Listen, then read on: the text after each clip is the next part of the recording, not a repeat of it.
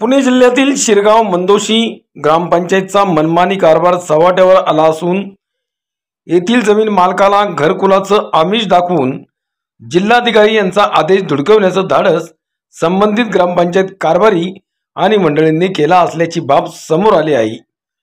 शिरगाव मंदोशी ग्रामपंचायतने सौ आशा मुळे यांच्या आत्या श्रीमती शांताबाई वाघमारे यांना घरकुल देतो, तुम्ही आम्हाला 1 गुंठा जागा स्मशानभूमीसाठी बक्षीसपत्राने दिली।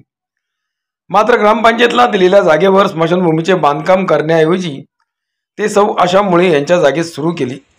ही जागा आपल्या मालकीची असून ग्रामपंचायतने या ठिकाणी काम करू नये अशी लेखी व तोंडी विनंती वारंवार केली।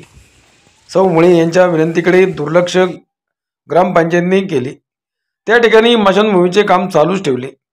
जागा मालक मुळे यांनी संबंधित खात्याकडे न्यायाची बाब म्हणून सर्वतोपरी प्रयत्न केले, मात्र सध्या ग्रामपंचायतची जागेचे काम प्रगतीपथावर आहे।